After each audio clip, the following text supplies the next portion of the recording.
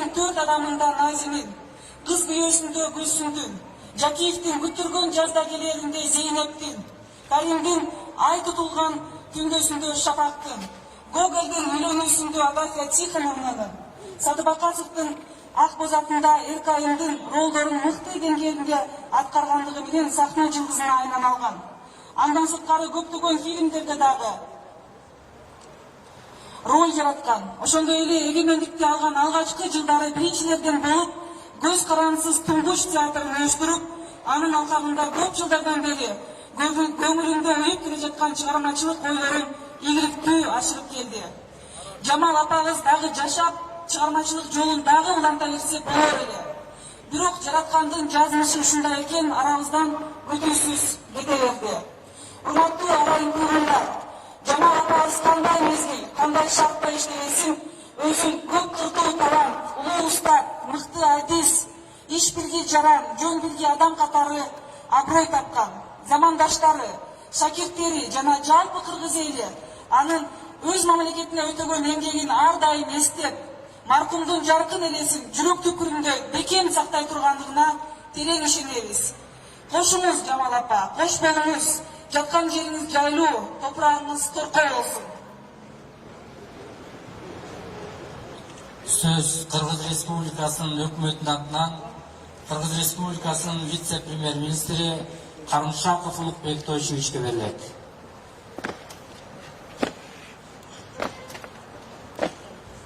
Урматтуу мекендештер, урматтуу Жамал эжебизди акыркы сапарга узатуу зыйнатына келген алыс жакындан келген калың журт. Бүгүн орду толгус чоң жоготууга учурадык. Анткени бүгүн Кыргыз Республикасынын эл артисти Токтогул атындагы мамлекеттик сыйлыктын лауреаты 3 жана 2 даражадагы Манас орденинин ээси, Туңгуч жаштар театрынын көркөм жетекчиси, анын энеси, театр жана кино жылдызы Жамал Сейдакматова эжебизди акыркы сапарга узатып жатканын жүрөбүз. Урматтуу эженин агайын туугандары, Үмүт эже, Мурат эним, Ажар карындашым, өкмөттүн жана жеке өзүмдүн атынан Кыргыз Республикасынын премьер-министри Улукбек Мариповдун атынан сиздердин ага күтүү кайгыңыздарды тең бөлүшүп, терең кайгыруу менен көңүл айтабыз. Бул жалган дүйнөдө боору бүтүн, бүтүнү эсен, жан болбойт тура. Сабыр кылыңыздар, кайрат кылыңыздар. Урматтуу замандаштар, көңүлдөн өткөн оор нерсе жок. Жалпы кыргыз казак журту сүйгөн асыл эжебизден айрылуу бул абдан чоң жоготуу. Ошондуктан сөздө айтуу абдан кыйын болуп турат. Жамал Сейдакматова эжебиз театр жана кино өнөрүнүн ажарын ачып, чыгармачылык руханий бийик дөөлөт алып келген кыргыз искусствосунун корифейлеринен. Жамал Сейдакматова эжебиз кыргыз театрында жана киносунда эң мыкты ролдорду жараткан улуу талант.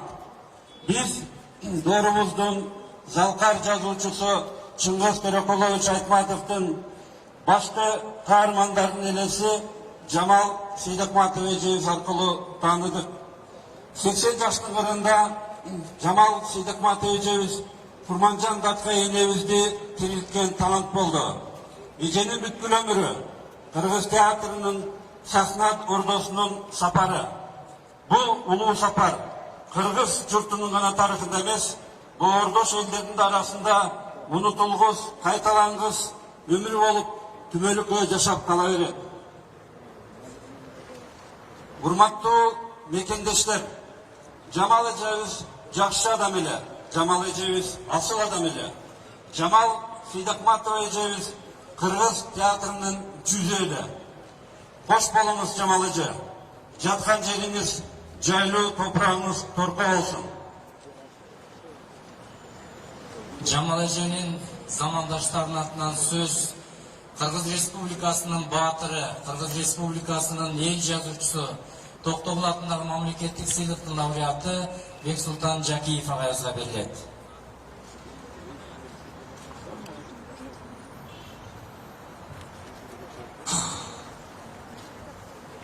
Urmatlı ağayın tuğanlar. Cemal çıkarmacılığa ben üniversitede biterek gezde geldi. Ben Cemal'dan 3 yaş ulu elim.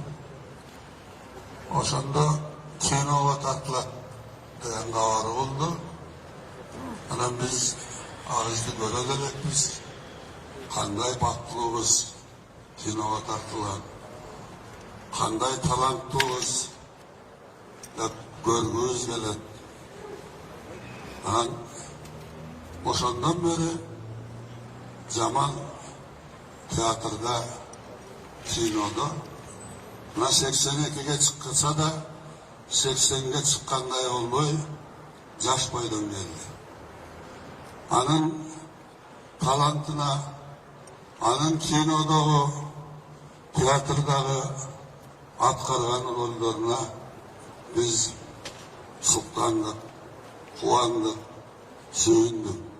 Zaman bir doğumuzun yazgan piyesalarımızdağı bizden yazgan rollar atkardı. Dünyanın klasikten atkardı. Polat Şaltay oku Shakespeare'nin Azova Çalma degen komediyasında okumuş spektakl diyeceğim. Bu spektakl Polat aman soğa tursa, sırk olup kalmasa tüvelüktü spektakl oldu. Ondan keyin Cemal'dın biz Shakespeare'den buna jana aytılıp öttü. Desdemona'sını oynadı. Başkalardı, çekemdi. Sovetlik dramaturglardı. Kırgız dramaturglardı. Oruz dramaturglardı. Oynayan spektaklleri kalgan hissiyat. Cemal özünün yaşosunda Demireli abdan tinçi yok Taksim Vanı'da. İzlengen mıknatısı olmuş.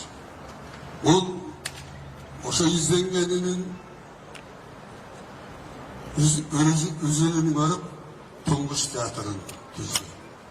Cemal'da aktrisa vaktılı yaşadı. Bu mıktı talantlardan doğrunda. Kırgız draması, Kırgız tiyatrı, Kırgız kinosu Türk Revesi'nden doğru yaşadı. Oşan doğurdu. Oşan Türk Revesi'ne Cemal salının son koştu. Oşan için Cemal'ın ömrü, yaşosu vaktılı oldu. Yok, Cemal aramızdan gitti. Emi anı görmeyimiz. Bırak atkargan rolleri esimizde kalır. Cemal'da talantlı kızlar, talantlı oğullar, Kırgız eneler aman turanda dağı zaralat. Bırak Cemal Seyit Akmatova bir oynadılar. Ne deyiz? Biz her bir tasarımımızda olman tavga karışık. Bilimimizde, özümüzde gayret artı gayret olsun.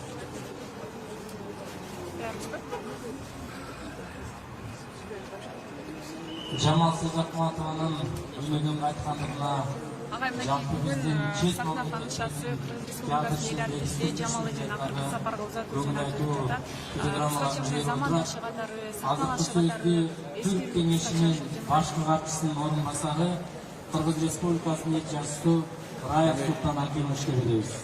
Коштошуу бул эң жаман нерсе экен. Өзгөчө баягы жакын адамыңыз, замандаш деп өзүңөр айткандай. Леже жаш кезибизден бери чогуу иштешип калдык, театрда да, кинода да. Баягы жакшы сөз бар, акындын өзү өлсө да сөз өлбөйт дегендей. Бул иштин эмгеги кыргыз элинин көңүлүндө, элибиздин тарыхында жазылып калды. Деген баарыңар билесиңер. Күнүгө берип атат телевизордон, кинолорунда дагы, спектакльдеринде да эстеп атабыз. Жоготуу кыйын экен, айра жок. Эми нерде билбейт экенсиң. Жаткан жери жайлы, топурагы торко болсун. Биздин дайыма эсибизде болот. Bu şu ile sözde adı bütün ömrü, bütün tatlı, bütün akları, bütün kuanıcı. Adamdan özlü tragediya menen triumfu, adamdan özlü yaşosu, ömrü, tağırı, şu sözde paylaşkan. Zamanıca bizim Kırgız teatrını Gazetesi сахнаға шасы Жамалжан Сапарғоза Түбейнат өтіп жатат. Қысқаша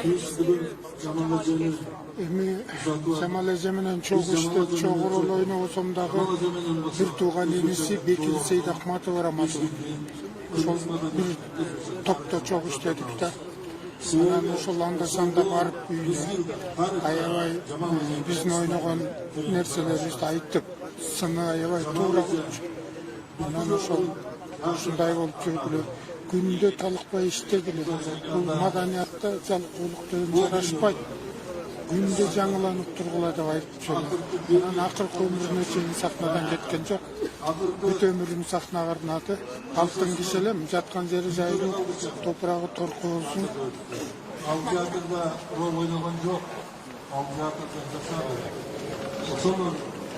Ошол талант, ошол мектеп арасында барат. Албетте, чыгармачыл адам, жазуучу болобу, актер болобу, актриса болобу, улуу адам болобу, албетте ал сөзсүз түрдө улуу адамдын ички улуу трагедиясы, ички арманы болот. Чыгармачыл адам эч качан ойлобош керек. Чыгармачыл адам ушундай бактылуу деп. Ал өзүнүн ички трагедиясы бар. Ошол нерсе менен жашайт, ошол арман менен жашайт, ошол дүйнөсүн бизге жеткирет. Жамал эже да ошондой болуп жашоосу дагы. Бирок мен айтканым Жамал эженин өзгөчө бир дүйнөсү, өзгөчө бир көз карашы, өзгөчө бир тагдыры бар. Мен эже менен көп иштештим. Көп чыгармаларымды. 89-жылы мен Туңгуш театрына келип кошулдук. Ошондон тартып Жамал эженин бир эмес 5-6 спектакльдерди бирге чыгардык. Жамал эженин өзгөчөлүгү бул туюп билүүсү, замандын өзгөрүлүшүн алдын ала, орусча айтканда интуициясы деген актерго кездеги гана бир берилчү касиеттердин бири. Жамал эже ушул касиетке толугу менен ээле да. Ошо багыт көрсөтүп, өзүнүн сезүү билиси менен мага көп нерсени таасир этти. Эгерде мен ушул актерлук кесипте бир нерсени үйрөнүп, бир нерсени колуман келсе, ошонун бир орчундуу бөлүгү билгенимден Жамал эжеге таандык да. Жаткан жери жайлуу болсун. Уулуна, кыздарына, неберелерине чын жүрөктөн баягы көңүл айтам. Чоң жоготу дейбиз, бирок бир чети Жамал эже ушу өмүрүнүн акырына чейин колунан келгенин жана келбегенин да жасады да. Бүгүнкү күндө жалгыз ушу Кыргызстанда Туңгуч деген атты Туңгуч театрынын өзүнүн салымы менен, өзү менен эмес, ошол артында келген көптөгөн таланттарды өстүрүп, өзгөчө бир иис калтырды. Ошол иистердин бири мен. Ошондуктан искусстводан маданият бул баарынан жогору турат. Саясат, башка маселелер бүгүн бар, эртең кетет. Бирок маданият бул дүйнөнү кыймылдаткан нерсе. Маданият дүйнөнү сактайт, маданият дүйнөнү өнүктүрөт. Ошондуктан ошондой инсандардын бүгүн кетип аткан арабыздан өзгөчө биз үчүн чоң жоготуу эсептелет. Биз айтабыз, чоң жоготууга учурадык деп. Ар бир инсан өткөндө. Эмне үчүн биз ушул сөздү айтабыз? Себеби ар бир инсан, ар бир чыгармачыл адам эч кайталангыс, мындай адам болбойт. Ошондуктан ошол кайталангыс таланттардын бири Жамал эже.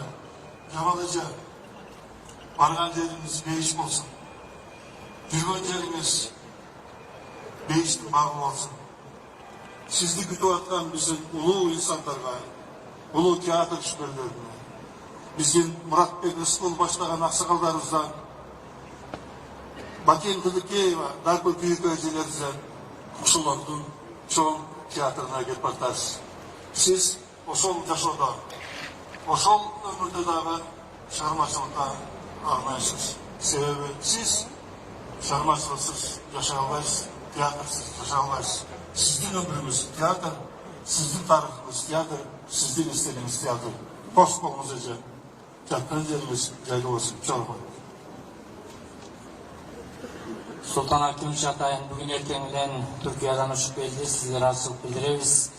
Jamal Ejebiz'in işmerdүүлүгү bir kanatı tiyatr bolsa, bir kanatı kino olgon.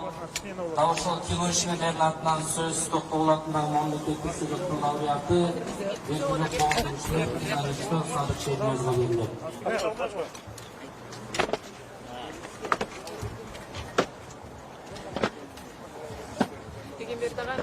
Кыргыз маданияты жоготууга учурады. Жамал Эжекеевдин кысача эскерүүсү. Эми Жамал эженин мен бир гана сөзүн айта алам. Бул балдар өзүңөргө калп айтсаңар болот. Айылына чөрөгө калп айтсаңар болот. Театрга, сахнаңарга калп айтпагыла деген жүрөгү сакталып калды. Мына ошонун негизинде мен ушунчалык менин бүгүнкү деңгээлге жеткениме ушул эженин эмгеги деп ойлойм. Алган сыйлыктарын, койгон чоң оюн тамашаларым ошон бүт барышы Жамал эженин аркасында да.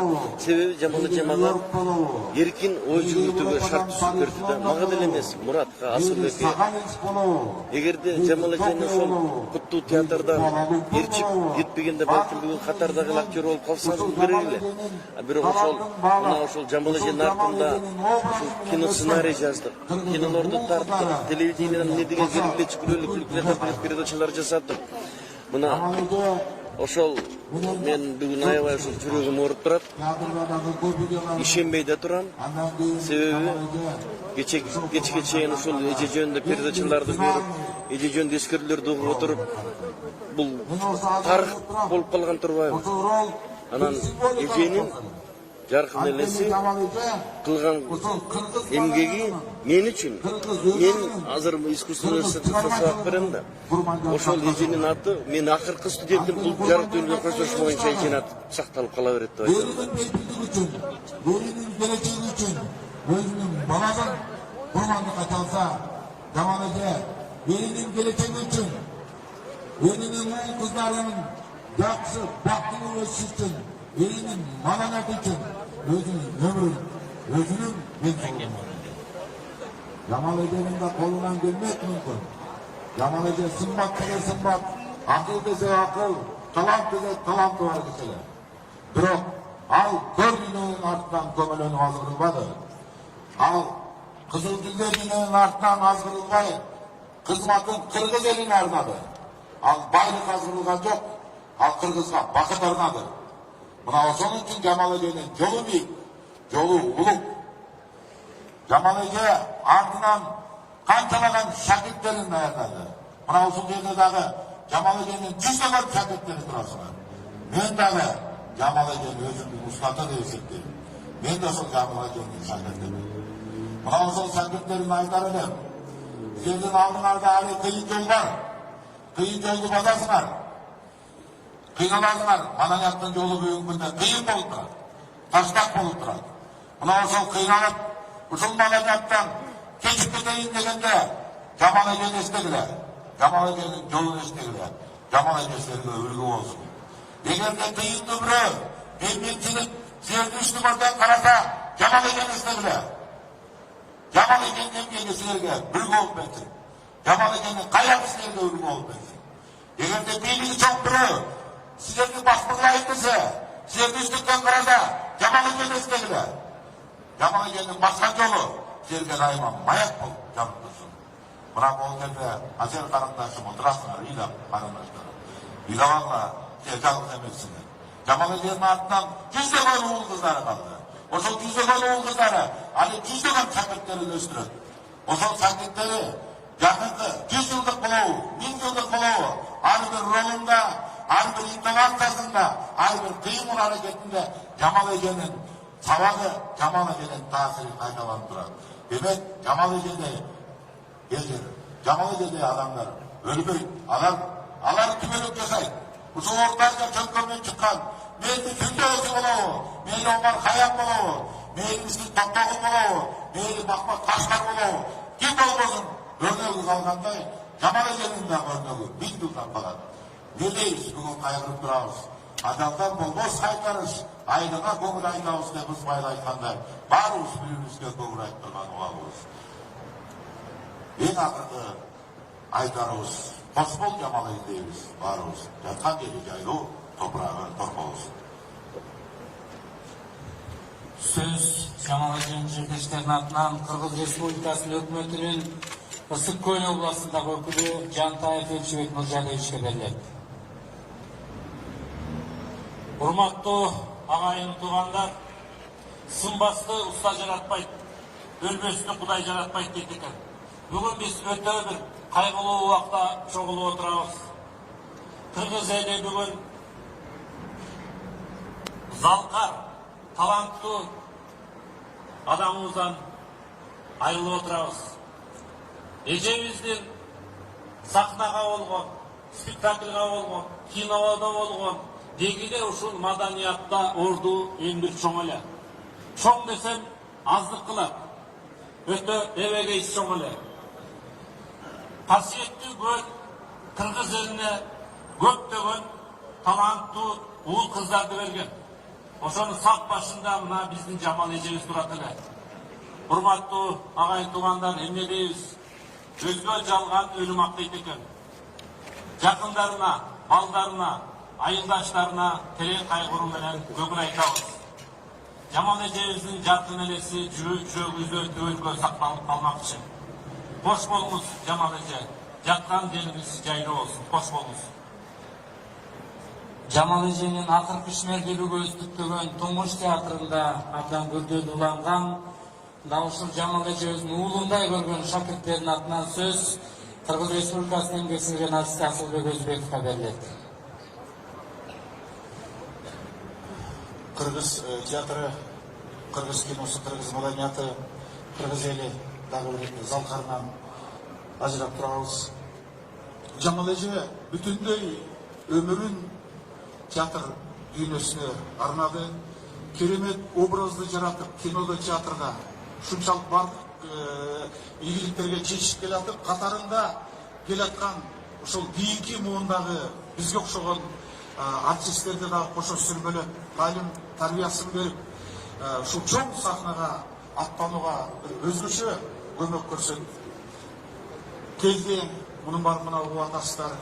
Ушул Кыргыз улуттук драма театрында 1989-жылы ишке тойбой турган убагында, бүт баарда ушунчалык жетишип турган убагында да ошол жерде бир өзүнчө бир артисттерди топтоп бизге окшогон. Баарыбыздын башыбызды бириктирип, пикирлештердин башын бириктирип туруп Туңгуш деген театрды топтоп, ошол жерде укмуш керемет иштеди баштады эле. Биз ошол Жамал эжеге ишенип, Жамал эжени туу тутуп бир чоң ишке аттанган болчубуз. Жамал эже өзү айткандай, балдарым, көрөсүңөр, көп ийгиликтерге жетебиз, чыдагыла, кыйынчылыктар болот, баарын көтөрө билгиле. Турмуш момундай, иш момундай деп отуруп, бирок ошол айткан өтөсүнө жетти. Толкуйсуңар, бийиктикке чыгасыңар деген сөзүнүн өтөсүнө жетти. Мунун баары факт. Бир убакта машинени түрүн билесиңер, үй жайлуу болосуңар, бүт баары орунда болот. Ишенгиле мага деп гана бизди сүрөгөн болчу. Ошонун баары Жамал эже айткан сөзүнүн өтөсүнө чыкты. Дүйнө жүзүн кыдырдык, эмне деген фестивалдарды, эмне деген кино орталыктык. Жамал эже 80-ге чыкканга чейин ишти токтоткон жок.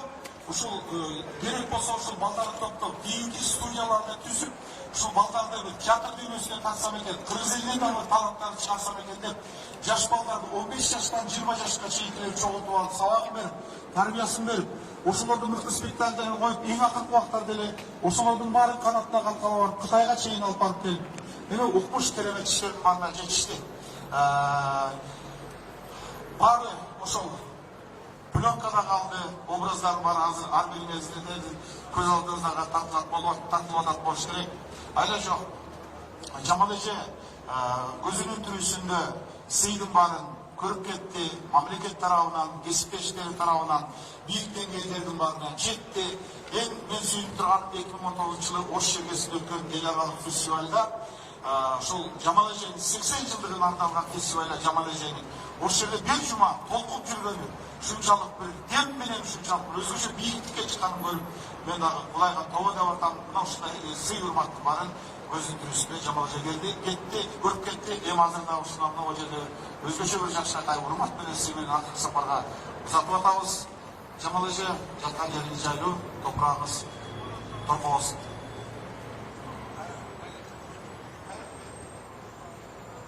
Söz bir tuğanların atынан Төлөн Сыдыкбековго берилет.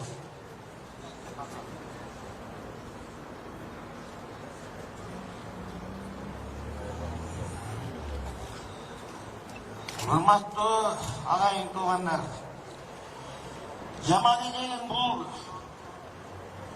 жарык дүнө менен коштошуп кеткени бир туугандардын бирге калпканын үңсүрүп кеткендей болду.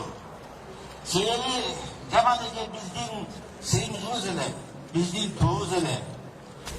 Мени кино тасмаларында Чоң дарыяга искусствонун дарыясына Жамал мен үчүн өтө катуу чоң жоготуу болуп атат. Себеби Жамал өзү мүнөзү жагынан жумшак, аябай. Анан кийин мындай чыныгы чыгармачыл киши болгон. Анан менин жолдошум Болот Ибраев деген театралдык режиссер. Бул театрда көп жыл баш режиссер болуп иштеди. Менин жолдошумдун героинасы болду. Бүт башкы ролдорду ушу Жамал аткарды. Жамал менен сахнада жустат эмес, биз Жамал менен жолдош да болдук. Жамал менен курбу да болдук андан кийин. Жамал менен дасторкондош болдук. Жамал менен чыгармачыл өнөктөш болдук. Ошон үчүн бүгүн мен үчүн өтө чоң жоготуу болуп атат. Биздин балдарыбыз бирге чоңойду. Биз үй-бүлө менен катыш болдук. Балдарыбыздан өтө катыш болдук. Ошон үчүн бүгүн мен үчүн өтө чоң жоготуу. Мен эми кичине толкунданып дагы жакшы берип атам. Бүгүн биздин мурунку поколениянын кыздарынын ичинен магикандардын акыркысы кетти деп ойлойм. Мындан кийин дагы драмалык актрисалардан дагы бар, чыга тургандар бар, Жамалдын ордун баса тургандар бар. Бирок Жамалдын орду такыр башка. Жамалдай болуш кыйын. Бирок кийин орун басарлар болот деп мен ишенем албетте. Анан эми жаткан жери жайлуу, топурагы торко болсун. Бул мен үчүн эле эмес, биздин үй-бүлө үчүн эмес, биздин балдар үчүн эмес, жалпы Кыргызга чоң жоготуу болду. Эми жаткан жери жайлуу болсун. Башканы эчтеке айта албайм.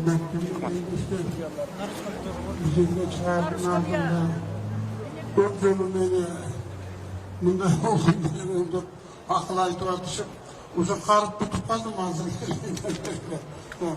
Чындыгында бул кызды мен кичинекей чагынан бери кызым катары, жакын карындашым катары, номер 5 мектебинде окуп жүргөндө ошол жерде ырдап жүргөн ырылыгым эми ушунчалык абдан ошол кызга абдан завидовать этип жүргөн жакын кызым эле.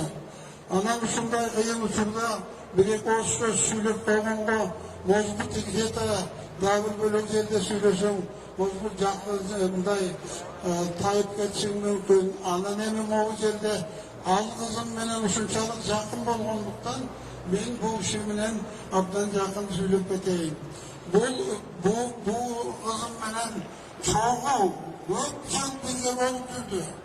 Көп жыл ушул байке момундай кылалы тиги деп көп элерди эметти. Бул эми кайталангыс адамда келбей турган адам эле. Эмне дейбиз? Бир жолу күнүп туруп мамамды карып баратабыз байке.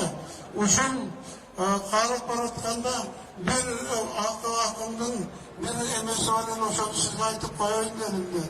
Эми айтып кой, ал сиздер мени батыраак бүт деп атат десем, муну махаббатың кайын кучак келсе экен, мени дагы кучагына алса экен, өмүрүмдүн аягына жеткенде менин сүйүм, элимди жакшы болгон, элим үчүн ушул элимди сүйгөн ушундай адам болсо экен деп өзүнүн эмесин айтып кетти эле. Эми кымбаттуу туугандар, сүйлөй турган көп нерселер болот. Сүйлөй турган адамда ар кандай эме болот. Ошондо адамды түрткүлөп болду бүттү деп ойлоп турган бул начар иш өтөт.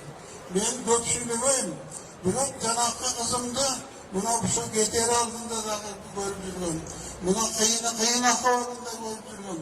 Abdalısın da böyle, bu satkan yeri caylı olsun, toprağı torku olsun, daima amallaşan olup balda vakrası yaxşılık tap gelsin. Rahmat.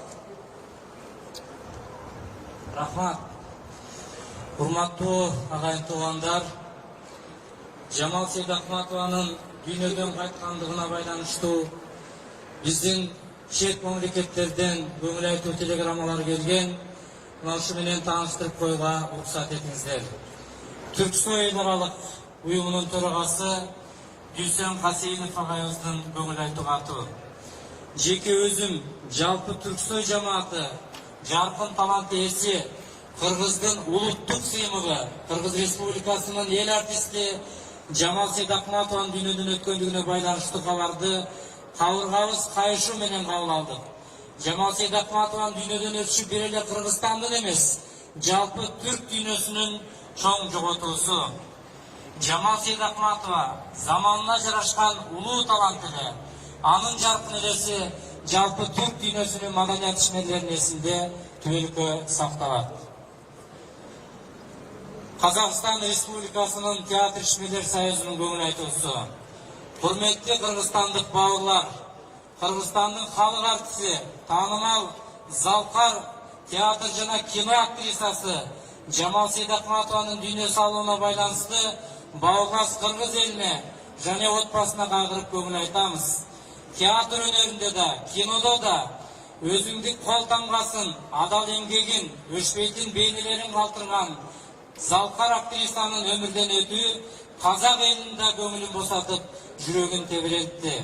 Жамал Сейдахматова сынды биртуар тулгалар жалпы элдин эсинде, анын ишинде, казак элинин эсинде меңги сакталады. Казакстан театрлар ассоциациясынын президенти, СССРдин эл артисти, Казакстан Республикасынын баатыры Асаналы Ашимов. Россия Федерациясынын театр ишмерлер союзунун көңүл айтуусу. Не стало народной артисткой Кыргызской Республики Жамал Сейдахматовой. Я разделяю это огромное горе, которое постигло всю театральную общественность Кыргызской Республики, поклонников театрального искусства и кино. Ведь все, что сделала для своего народа, это удивительно талантливая, самобытная, прекрасная актриса, переоценить невозможно. Не будучи профессиональной актрисой, Жамал Сейдахматова стала для своего народа театральной легендой. Светлая память о Жамал Сейдахматовой навсегда останется в сердцах всех тех людей, кто знал ее и любил. Александр Калякин, народный артист России, председатель Союза театральных деятелей Российской Федерации. Ошондой эле Өзбекстан Республикасынын театр ишмерлер союзунун төрагасы, СССРдин эл артисти, СССРдин мамлекеттик сыйлыгынын лауреаты Якуб Ахмедов дагы кыргыз калкына театр ишмерлерине көңүл айтуу менен өзүнүн телеграммасын жиберген. Жамал Сейдахматова биздин сахнабыздын каныкейли. Ал ар бир кыргызга өзүнүн каныкейдин Семетейге кыргыз эли жөнүндө айткан сөзү кылымдар бою биздин кулагыбызда угулуп турат.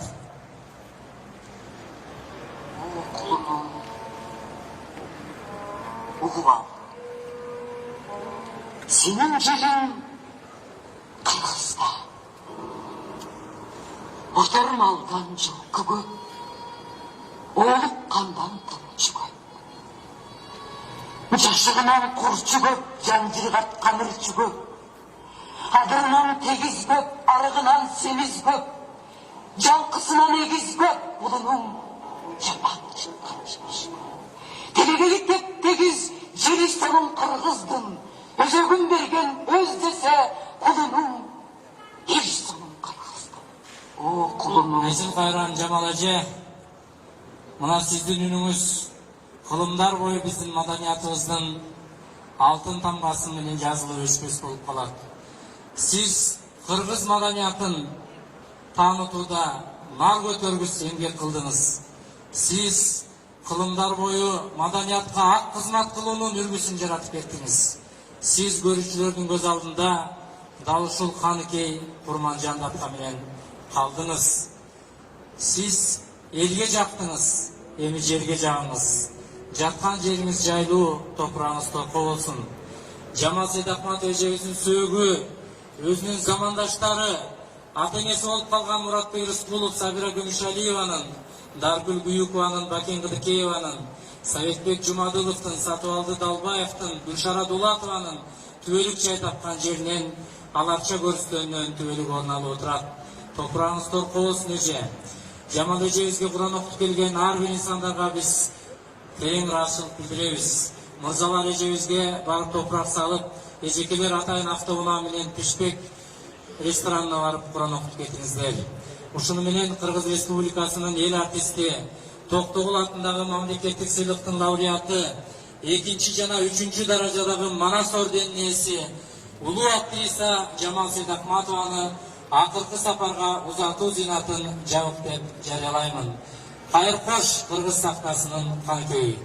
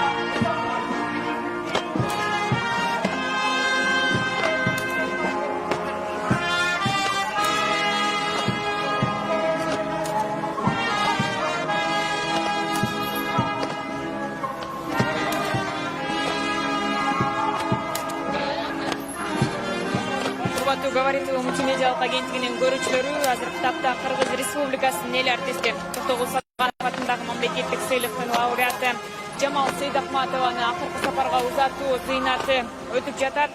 Сейдахматова узакка созулган катуу оорудан кийин 82 жаш курагында дүйнөдөн кайтты. Жамал Сейдахматова 1939 жылдын 21 сентябрында Ысык көл районунун Темир айылында жарык дүйнөгө келген. Актриса 1958 жылы тартылган Алыскы тоолордо көркөм тасмасында роль аткаруу менен кеңири таанылган. Белгилей кетсек, Сейдахматова 16 февраль күнү саат 3-тө каза болгон. Кыргыз кино жана театр өнөрүнө эбегейсиз зор салым кошкон. Буга чейин Кыргыз СССРнин эл артисти Токтогул атындагы мамлекеттик сыйлыктын лауреаты Жамал Сейдахматова 2 даражадагы Манас ордени менен сыйланган.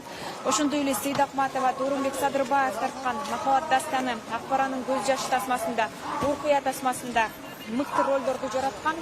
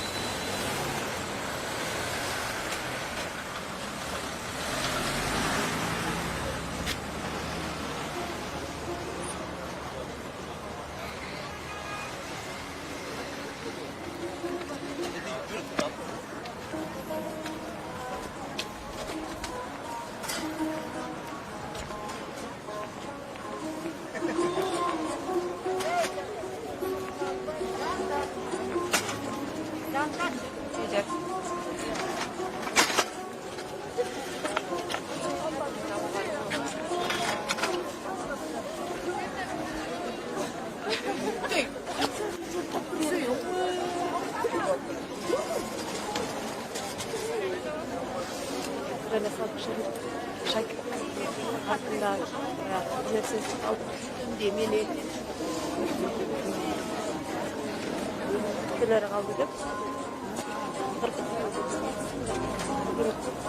Vakit günleri vereceğim de daima da barıp durat.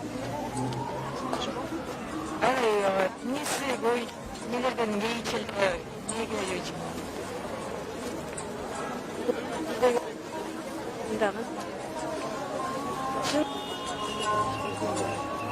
Ayıva geçiyor. Şimdiden şu hazırlıkta bizden ahvalımızda, madaniyet ahvalına buyurup şu ayıva geçiyor.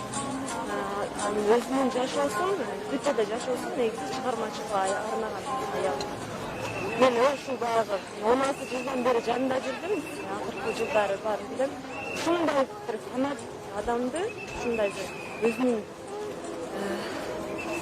geçimin suyun adamdı, birinci yolu görüşüm. Ben öyle bir ayıvacak.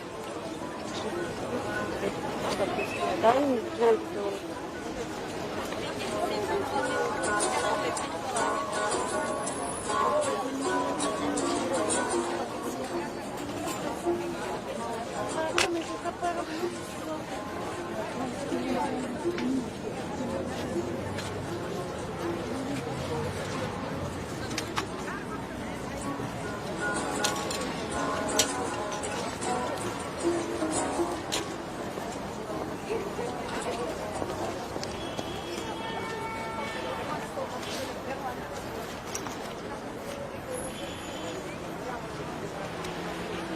популярнейший совершенно. Она же была среди первых киргизских кинозвезд.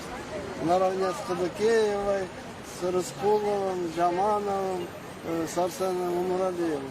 Я тогда учился в школе. Она была кинозвездой. «Далеко в горах» фильм такой я видел, был еще школьником.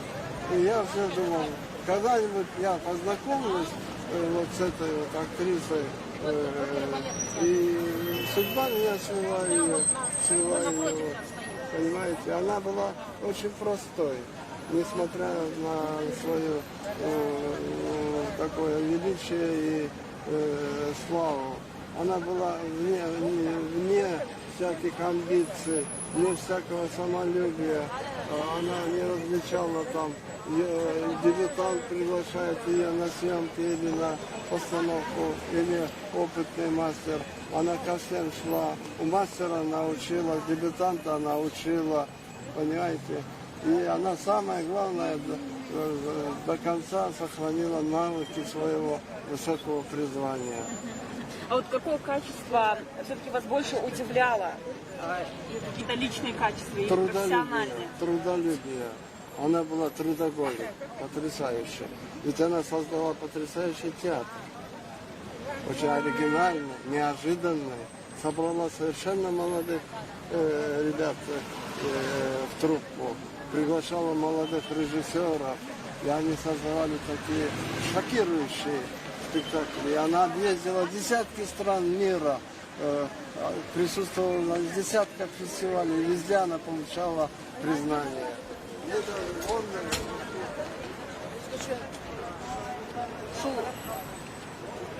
Сахнаны, театрды жоғары балады. Сахнаны ұйық супара қатары көрші. Сахнаны тәуелеп деп себеш керек дечі. Şu қайда жүрбесін, қайда болбосын, şu еліне бір жақшылықты қалачы, жақшылықты тілечі. Ой, Құдайым-бай, қандай зор талант еле. Еженің ұшы атқарған рөлдері менен, еженің театры менен, қанша ел ұшы маданиятқа суғарылып, театр менен өсіп келатабыз. Мынау şu чоң залқардан айырылған бүгінгі күн бары қырғыз ел үшін қабыз қайышып, жүрегі өссіздап, ел жұрт ийлап тұрған ұшыр азыр. Қандай дейін?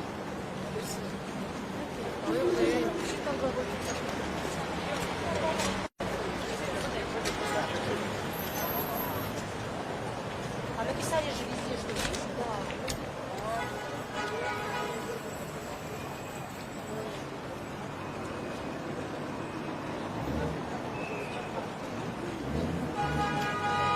Урматтуу говорит мультимедиалык агенттигинин көрүүчүлөрү, Кыргыз Республикасынын эл артисти, Токтогул атындагы мамлекеттик сыйлыктын лауреаты Жамал Сейдакматова эжебизди бүгүн акыркы сапарга узатуу зыйнаты өттү. Ал 82 жашында дүйнөдөн кайтты. Жамал Сейдакматованын сөөгү